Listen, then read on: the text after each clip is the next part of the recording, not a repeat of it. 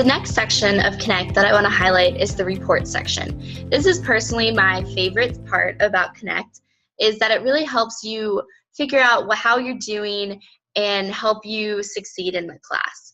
So once you've gone through your SmartBook, you've answered your questions, you can go to these reports and see a lot of different things. So the first one is the current learning status. This really shows you how much you have left to learn and how you refresh so you don't forget new knowledge. So it takes those questions, specifically the I know to unsure, and see how you are learning and if you're retaining the information.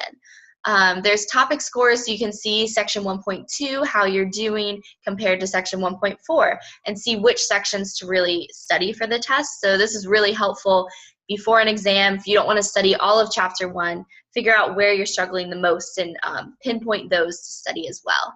Missed questions is one of my favorites. You can go and it brings up all the questions that you missed in the chapter, and it brings back those questions so you can kind of make your own practice exam beforehand.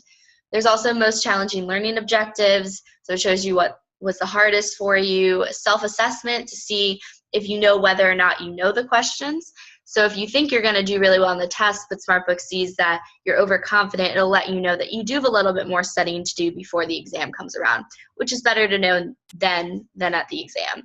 There's also the tree of knowledge, which is really cool. It shows you, it starts as a little twig and then ends up in an entire full-grown tree when you have fully comprehended the information in the chapter.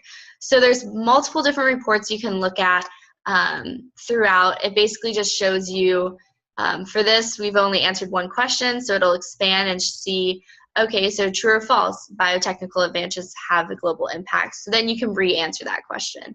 So it's very helpful